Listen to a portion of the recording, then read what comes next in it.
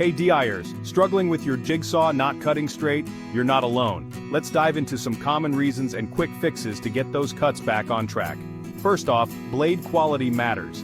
Cheap blades can bend and wander, so invest in high-quality ones. Always check if your blade is sharp. Dull blades cause more resistance, leading to crooked cuts. Next, let's talk about blade alignment. Make sure it's properly seated in the blade clamp. If the blade wobbles, tighten it up and ensure it's perpendicular to the base plate.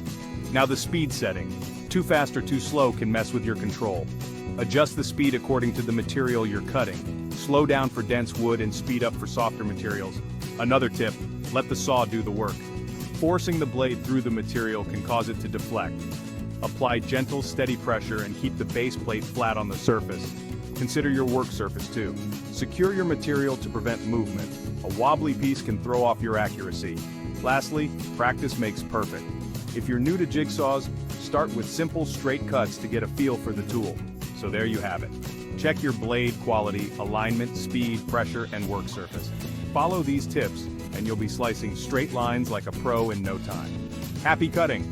Don't forget to like, share, and subscribe for more DIY tips and tricks. Thanks for